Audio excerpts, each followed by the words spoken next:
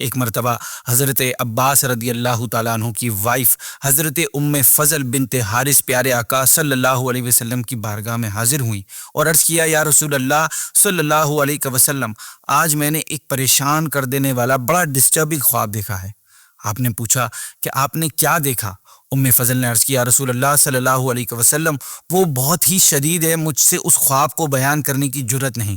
پیارے آقا نے دوبارہ پوچھا تو آپ نے عرض کی کہ میں نے دیکھا کہ پیارے آقا نے فرمایا، اگر حسین کا انتقال ہو جاتا ہے تو عرب کے زمانہ جاہلیت میں یہ دونوں نام نہیں تھے۔ ناظرین، رمضان کے مہینے میں مدینہ طیبہ میں ہوئی، پیارے آقا صلی اللہ علیہ وسلم نے آپ کی اللہ تعالی عنہ۔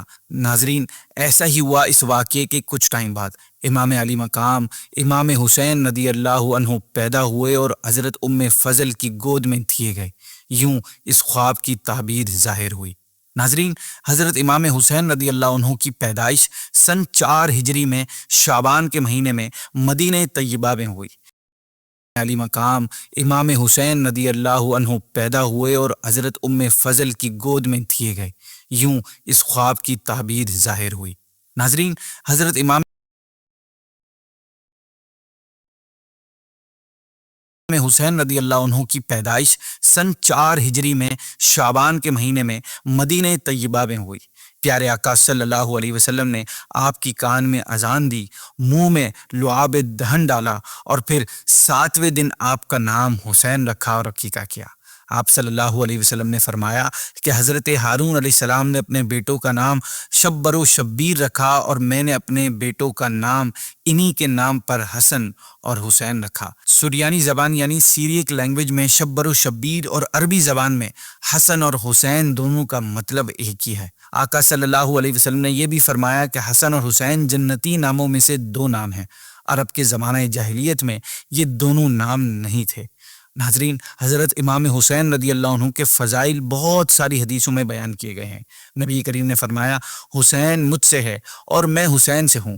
ایک دفعہ نبی پاک صلی اللہ علیہ وسلم مسجد میں تشریف لائے اور فرمایا کہ چھوٹا بچہ کہاں ہے؟ امام حسین دوڑتے ہوئے آئے اور حضور کی گود میں آ کر بیٹھ گئے اور اپنی انگلیاں آپ کی داڑھی مبارک میں داخل کر دی۔ پیارے آقا نے ان کا بوسہ لیا اور پھر فرمایا، اے اللہ، میں حسین سے محبت کرتا ہوں، تو بھی ان سے محبت فرما اور اس سے محبت فرما جو اس سے محبت رکھے۔ نبی پاک صحابہ سے ارشاد فرماتے، جسے پسند ہو کہ کسی جنتی نوجوان سردار کو دیکھے تو وہ حسین بن علی کو دیکھ لے۔ پیارے آقا حسنین کریمین کو پھول کی طرح سونگھتے اور سینہ مبارک سے لپٹا لیتے۔ یہ نبی پاک، مولا علی اور سیدہ فاطمہ الزہرا کی تربیت ہی کا رزلٹ تھا کہ آپ رضی اللہ عنہ بہت زیادہ عبادت کیا کرتے تھے۔ آپ رضی اللہ عنہ نے تقریباً 25 حج پیدل فرمائے۔ روزہ، صدقہ و خیرات اور دوسرے نیک کام آپ کی زندگی کا حصہ تھے، پارٹ تھے۔ آپ نماز سے بھی بہت محبت فرماتے تھے۔ ایک دن کا واقعہ ہے کہ نبی پاک صلی اللہ علیہ وسلم حضرت امام حسین رضی اللہ عنہ کو اپنے سیدھے پاؤں اور اپنے صاحبزادے حضرت ابراہیم رضی اللہ عنہ کو اپنے لیفٹ پاؤں پر بٹھائے ہوئے تھے کہ حضرت جبریل امین حاضر ہوئے اور عرض کیا، رسول اللہ صلی اللہ علیہ وسلم، خدا تعالیٰ ان دونوں کو آپ کے پاس جمع نہیں رہنے دے گا، ان میں سے ایک کو واپس بلا لے گا۔ اب ان دونوں میں سے جسے آپ پسند چاہیں پسند فرما لیں۔ پیارے آقا نے فرمایا، اگر حسین کا انتقال ہو جاتا ہے تو علی اور فاطمہ کو تکلیف ہوگی اور مجھے بھی شدید تکلیف ہوگی، اور اگر ابراہیم وفات پا جائیں تو زیادہ غم مجھ کو ہوگا، اس لیے مجھے اپنا غم پسند ہے۔ ناظرین، اس واقعے کے 3 روز بعد پیارے آقا صلی اللہ علیہ وسلم کے شہزادے حضرت ابراہیم وفات پا گئے۔ اس کے بعد جب بھی امام حسین نبی کریم کی خدمت میں آتے تو حضور مرحبا فرماتے اور پھر ان کی پیشانی کو بوسہ دیتے اور لوگوں سے فرماتے، میں نے حسین پر اپنے بیٹے ابراہیم کو قربان کر دیا ہے۔